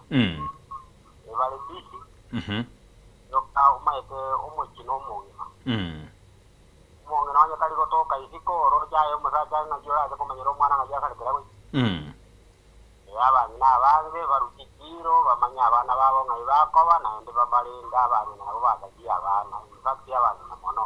Okay. Bia mono. Bado wiranira alia second kirigyo ko babizi na abangine bakari kobera chichiro bacha gutuko nali bakari gosoa. So omuyibuli responsible motegerere sana. Liswandire kwara boli tagantete go chibuli abana siasa bale very busy. Na baramba bwata chi familia. Tengo tegenteke chi familia chi abana siasa after maybe 60 or 50 years iko ba koira na square one. Osikuligerelia amali abantu abakorosi mono anga chi asaleka. Digerelia you can sample a few people. Akoliye ni borosi ni borosi. Ono kuja nabuli abantu anaki nkiora aligelie nibo monasa okucha gutigera abantu bagocha konyisaliri tukelimu gosogocha go ruense baruwanerere go baruwanere basali ekero ore guseno mwana siasa ore guseno mujumbe ore gusene president ore gusene governor, you have to think about your generation, your future. Lazima uligelingana kichibese chinkoli kibono ne chiagaski risabu mali stokorugusi by the way yosikojere myaka ntutu wala gosoma omuyibuli nabawe karanzo ko dengana ki inchoma de chibesa chiane ne chiane amali ngokoa na masomo oche ko erosiri ogumabua ogumabwago bone karole kwanyolere kikere kiago ekarole school nanda bana abasomere to botaka usikoligereri nabwa bana bakoleteki baguchi baba bana abaya guchibosiali chifamily abantu banya odenga bana chitajiri goseki abayibuli abange be chifamily chiri iko baguchi batwara chishida chine na guchibosio ikigara mbabuga ati time eto gukwana neroga tugukwanira mbabuga tinsa chisaine bakobera nabana babo onye tubwa tinsa chisaine tukunyara kumanyanki umwana yaho kora nyumba to bachaga kunywa maruba abana bali grade 10 erega sabe gali kwa mwire gali abande kwa abanda batumana paralia umwana usira tukora bite umwana okububwa chibesa okububwa tamali alia kwachi wikara twatangana ki umwana oyo nsabire Mercedes ose V8 tigamwa ega kwaro choyo ndokolerana nigaga nitiagorerwe GL akaegwe Mazda akagechi wore akolera ikiagerere hata to portray obuguma bolibwa intuna abantu bwa chibesa recently principal ane karu example kigatengana ki ingakenero kero uru alenge school Uhuru Kenyatta and I like eka story kungaganja sana bono abana bakabuli Uhuru Kenyatta kerale gali St Mary's bono Uhuru Kenyatta usina abana bamayetenga no mwana we president Kenyatta liri akabatenga ngoga nkora mole bono libaso kabaenda ku games akakesi miaga kera tatu mwaba amayetenga naki funa gwa kera tatu mwabo ngo tumale JSU abasigali baje kwa abana bali boko yebana tatu mwaba kamotenga emechando yago kwenyora ime deal nero kwa na kiogara dora muno gukora bono nkachika hebeke situation ya onya Uhuru Kenyatta gosenya umwana naro pwesingo mother gose abayibuli abakwero ngabona we can stay alone without husbands without men. By the way tiango tengentekemo case kendi kyonse ge okoleka ne school sai daseme father figure bororo indo mwana yamanya guchinji karabone kwengaina karabwetera igo turaragera se umutumo komo kitukwirana ndendera kwarira yande amange mambia yabono amangana bwatikaine no umusomuro biro yiga senkwa nite mambia bona kora tugocha sorene university yatangaza abona babwate birubirio au korwa ase chikosi chiricha doctoral programs embo igomba bwate asense media ya masters programs into bwate postgraduate diploma programs bachelor's degree asense mo area ya diploma nero nabo igonko bara maigerio ase emenwa ase omuntu wegesongo French Spanish German amo neminwende emenge bunorigete ase tibyage mambia ya bono naboko bakira usena boko baikera eribwe manyamange as program with chonsi wetera sena mbere 0733 685 059 gose enambere 0720 593471 ose obarikeri yuko wetera se inquiries inquiries@tangaza.co.ke gose also ase website yao ya www.tangaza.ac.ke erwe manyamange ure university ya Tangaza sabano tiango tarara siumiri chiduka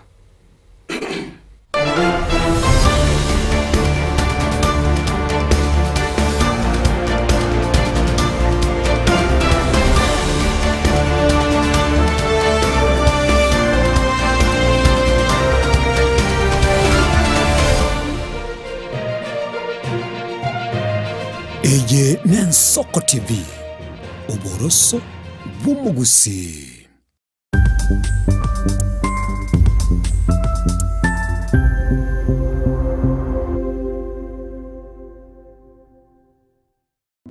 Obugima n'urugendo rw'atamange amaya n'amabe Umusakito Linet Nyambane niga ngaririe imena isiko ya gusi na gusanga naba yaeteire nabako yaetera Nchekera na ibole twe unango terwa tabana ibole tukinde buya ngakina kinde buya ekana chiwe ke miaka sta ngachaka ngotifero po ngoira samago wani kamanya gutokanga na twali roga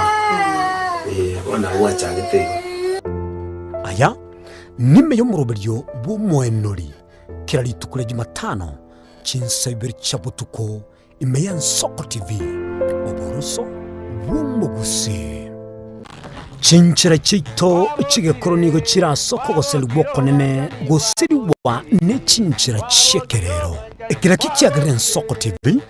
tuachire guturigesa ku kyomugusi kurwa soko limera asendiba y'abanyandwarero oboroso bumugusi boigekiwe omugusi bono ne chinjira cyago goikaransanse na kubeketi bya kwene kingangwe somyo regekoro kyomugusi wetero muroberyo bwigekoro gyeito hasi tokomera nabaga kaba Samuelere nabo igabange nabanyika eriko kwanero kwebogia chindagira amasikani chinyangi nemejega ao yumugusi Keralitsuko ria Ramisi chinsaibere igoro imeye TV yao na Mbeya Nsoko TV na Stephen Nyari Kimbunde tolende ekimira eye Nsoko TV oboroso bumugusi Yekoro yeito imeye Nsoko Nsoko Yekoro yeito imeye Nsoko Nsoko ibyengia ya jire ngumanga bunalero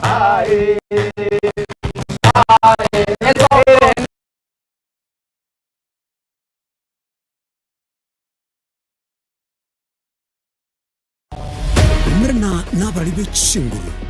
erikwe manyabo na wataka kuruchitanya chense Frida Kerubo Innocent Onyango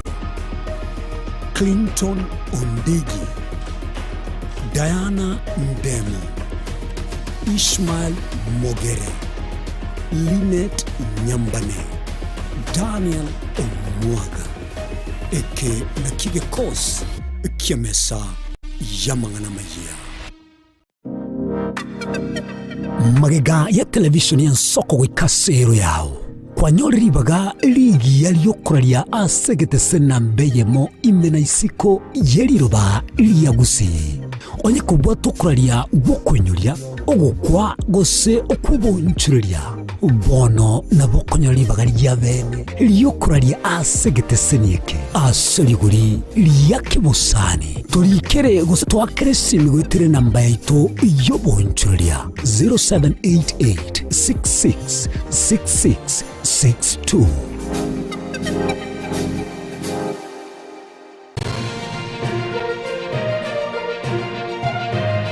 Eye Nensoko TV, Oboroso Bumugusi.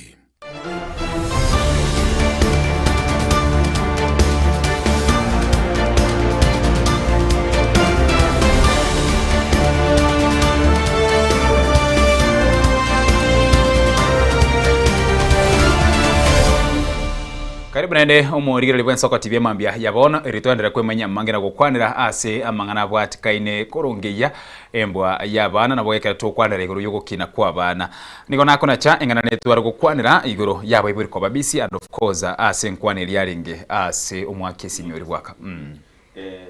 umongwana uliga nchirana na injenga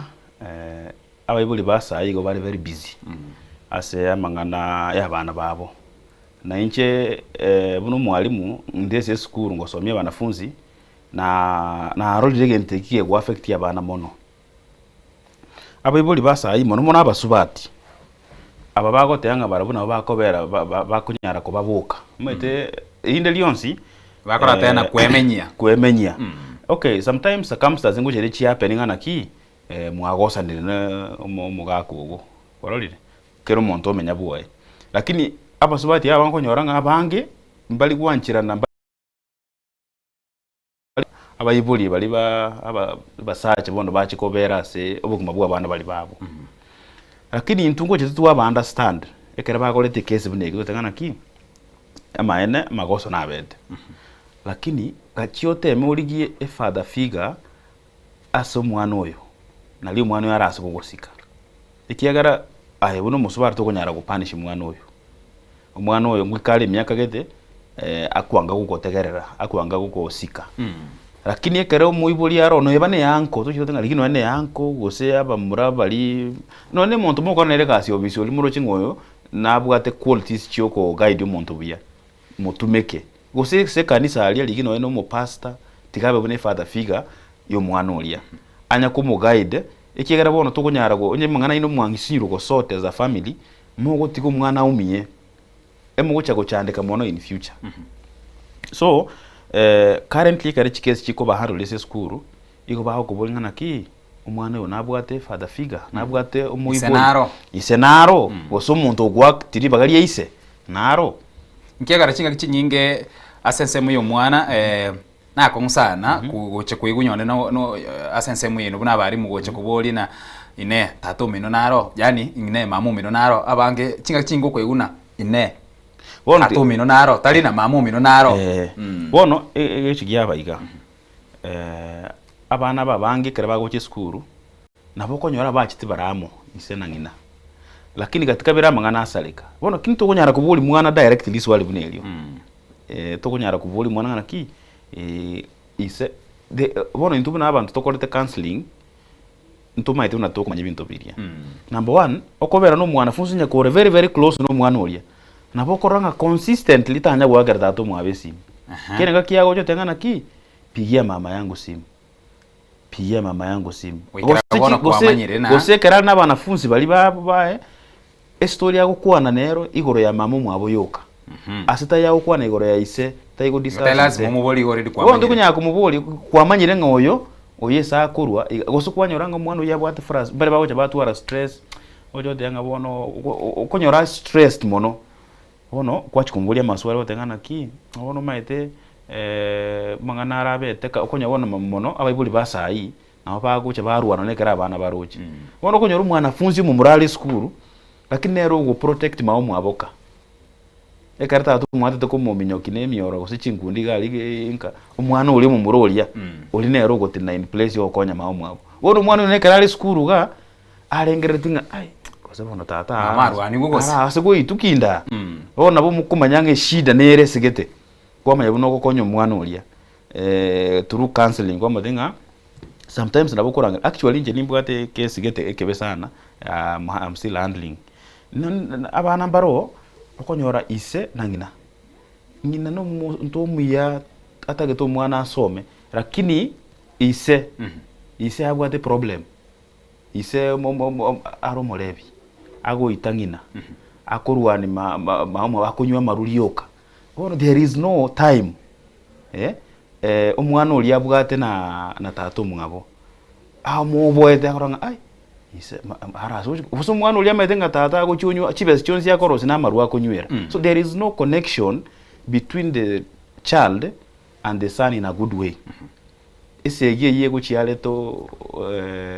yaleto mubisa asa abantu ababire wono mwana uyale school concentration ya eteyo concentration ya eralia erenga mama mbuya kalibuli ararwani kubuli nakibona atarandigira kibona atarangakira mwakire simi tari tari kubugata simi wono zuke 20 kare ya bayibuli balingana ki akimokonyora chingaki mwache school twakwanira umwana kigare indi mechande yino mubugati nuna bayibuli ine ya indi yakobeko mwana oyo ime ogo chikonywa marua ago gali ya buno moibuli ogo chikonywa ibintu biyago ni sigara ya buno moibuli tigago cha kurusichi anga sa bana bawo baroche okay ekera mwana asigire skuru aleka ebintu mbiro gwente ko regulate ya buno moibuli bono intutwa kukonyera umwana in fact ne performance nyinge ego saleka monekera abana baruleka bagoche skuru ikiagarenka bayibuli mbali na aja squeeze bayibuli mbali kubuli report form ile ngakwanyora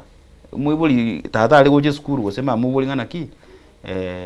mabinde kwanyora ngibi gukoira kwanza aho mbake school correct aho gwa kuna ne iboko usine ero gwa ke iboko lakini saa hii abayibuli basa hii they don't even care nonyora bali kubuli piba kirete bawote anga school yikoranga bali mbakali gosoma bono chakiri koraga bono ngere ko divert anda ko divert attention umwana bagocho mungai ndebintu tebire very petting oma ide report for muntoyiri umwibuli manya ku understand ungya ku mane skuru ngimothe kwera bana chi report form tali konyara kumanyangana ki the major problem is with the son was the daughter nere bai karanse bakwanira ne babere bamanyangana ki umuchando nje naye ngakitokonyo sort nje naye umwana na nje okay emangana ya performance ngakitokonya trace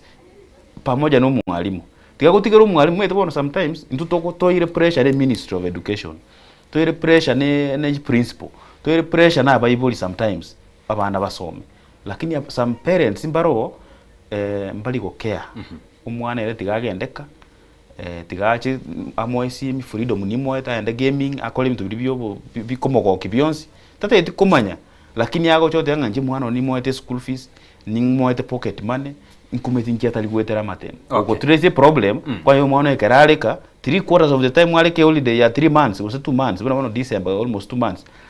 tanya kubwata kitabu nali tukeli masomo ote ketanya ora magisi kuronya sai asense moyende kareke twandere tukulira sense me yokoronge yembwa na bokoronge yembwa buno moiboli none no buna asense meria ya borokye gusibuna abalimu lakini engana nera igokonyora na embwa nera iga utanyare koronge ya because omoiboli omanyane migabwate embwa iyo ngakinde kwara igure na oyo migakunya marwa labdo sana marwa gosino boibyo kwa abwato ko gotambe bintu bingabu nebyo kora amano that asengenchona nonye no moiboli gosengina gose tato mwabo gose guardian nkonyu bali na bamba bwate embwe ngabune yega naki ocha korongeya na go separate embwe yegembe kurwase omwana onye omoiboli yo gose guardian era omanyene ningamenyete nembwe yo kwomenya kwe una chimbo chinde chiri chigotambuka na kurwase kiarekemo ocheki arekende kogenda na wika embwe yenya gutama kure generation ya mugo chiase eyende igoni gekonya kogenda gegendrete kuranda na kirendo gocha go separate embwe yega na abebere abanyene mbara bwate tiganda gotege ntekemo na kila thing the major responsibility ya discipline even punishment lies with the parent onyo moibo litabu ati good morals moibo litabu ati character ngia you know omwana is supposed to take sometimes a character of a parent na osikoligeli mwana buya igare omoiboli oekerare asegete they take the behaviors of the parents kerebara away from them either na copy and paste bono a problem now thing ere sa baiboli baito abuno ngoja njetingo blame mwalimu by the way some extent amugo blame mwalimu ekereba achire extreme abali basa hii bangere wote ngana ki teach and go because abayibuli bawo chiba kerzo gotemba ko konyero umwana ogo ayogo cha gwa side no umwana just because mwana kwa gusine iboko osabuka goso ngaki asegete iga omuibori oche skuru tete tukumanyanga labda ikintu nkero mwana yakora tiganda ikana sanda iku mwalimu story ya eneri ndaire ku mwana story ya eneri ayo mwana buna utingana ki mwalimu ngakire kwa babune bigotero koli Brian koli wegesa koli ngana sungusia mwana kwa muibori urwe chayo tige gotole chayo minyoka no more skuru chikurwani muibori labda omwana onabwata amagoso yakora na bata betaringe manene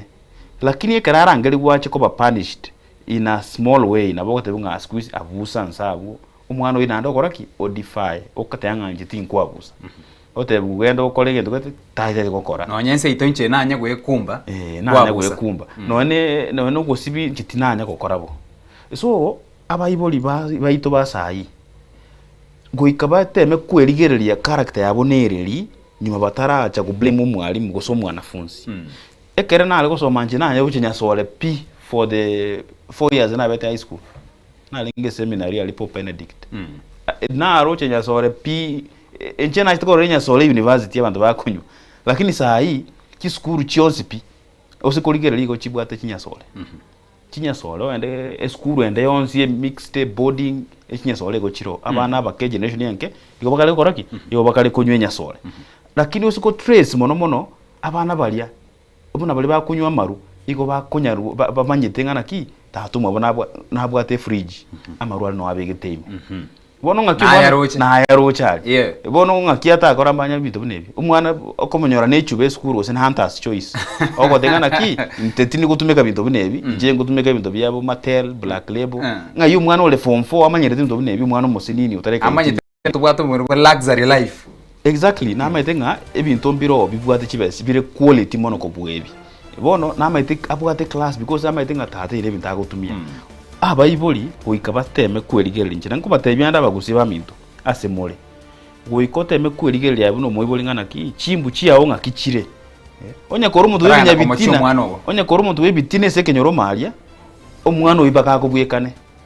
Onye gento yokolekana mwago na jirani alikuwa sinyuko manage. Omwana oyirasima copy gente wanje lazima bege school okay lakini yeka ndo cha komukani ndubuna bali because intu lazima toteme kukania ine regasi yaito ekero goje school you will come with the same voice ugocha kuoga kigera tutaiti ku understand because nabona lete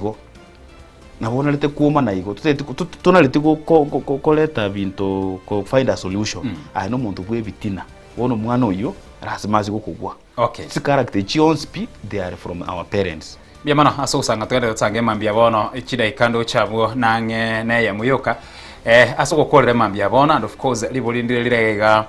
na boko alimentrani abo okorani igoro ya mangana bwatikene na assignment abo ibori mbale bakare gokonya bagokonya abana babo gokora chi assignment gose homework mogoroba ngenti keke umweburi aganiri gokora so that terorekana na nigo gwakonya umwana oyo gokora umwaki pipi na bona naye kwa muichoro lina dog lina iga nengoko hen so that yabena inge kwa mworoke no gari ko mworokereria lakini tebana naye kwa muichoreria omwana oge onyora kirege ntukurugoro number 1 mpaka 10 kewe kenga kia matemu omwana oyo bono unfortunately CBC asai ya convert ya Bible bono bakale ko compete boka konyora nje naye to compete omwana tamatige ntoke genderere lakini no koba Bible abange mbara understand system ya CBC neyo kolegas even the 844 system ntuli ku encourage Bible bahoro kibana baba assignment igo kumo guide okomotengana ki this is how it is done lakini you can use a different example noche onyo mwana ka ile omwiboli nya ko teto konyo mwana ga assignment onya kwerule ko mokonya rasimo onyumotara to minyokera maswali ya bana balia mete bono igo onya we are talking about ko konyo mwana ulie to basi ko minyokera maswali what you do ekara ko woliri swali use even your phone get a question of the similar kind digiri swali libwekene lidia mokolere motebiri swali nimbwateri swali buneliga igo ligo koruga okay ikigera bono bona gwa take clear responsibility yo mwalimu ikaria tuli ko moroki the same question gosunya gokomoro ki you guide them through so that erebwe kana ero gokora emoteberengana ki this is how you do it to sukeiga to gendera gochiaria so that akore erebwe komonyene tali ngoi mukige tabu nayo gokora it will be like we are competing. Okay, yes, even those ones who are not reading at home the ante abibuli enjere ya moyo gocha gokonya abana bale batari gosomaka banjite kisimi banjite TV. There are so many ways yo kukonya abana balia. Number 1, mbara amanye simeli no tumeke gosoma aba wale 844 mono. Okay, bama itinga no ende se simeli obate Google walia o search ri swali liko ali chibu eli yakabere umoiboli no ituma itikende pingwa asomete mwana wongo somale boarding school se school gete tika kwenda gwakira kiri umwana gagokore gento gete no nyekere wrong inchuli gereri so that umwana uli amanyangana ki ai kumbe mama no nyeta asomete na very concerned about it don't correct school naroje so you are encouraging the child gokoraki gosoma. Okay, yes Yamano mwancho mulira na wekera abana batwekera umwerio kidaika bucyategere sana cyuka kirisano ne mucyabo no mubaso abana batwekera asili ya lera senkwade yaito ase amangana bwatike no korongeya embwa yabana baitand of course eyo kutokoyerukana face one ase tunde ntangani tunde ya kabere ne cheche bwango igere twagendera ali ase twatigere ase elia lero gendera kubwatimiro birende atigera ase ritko rigima ase bono abana batwekera umwerio liane Ishmael Mogere.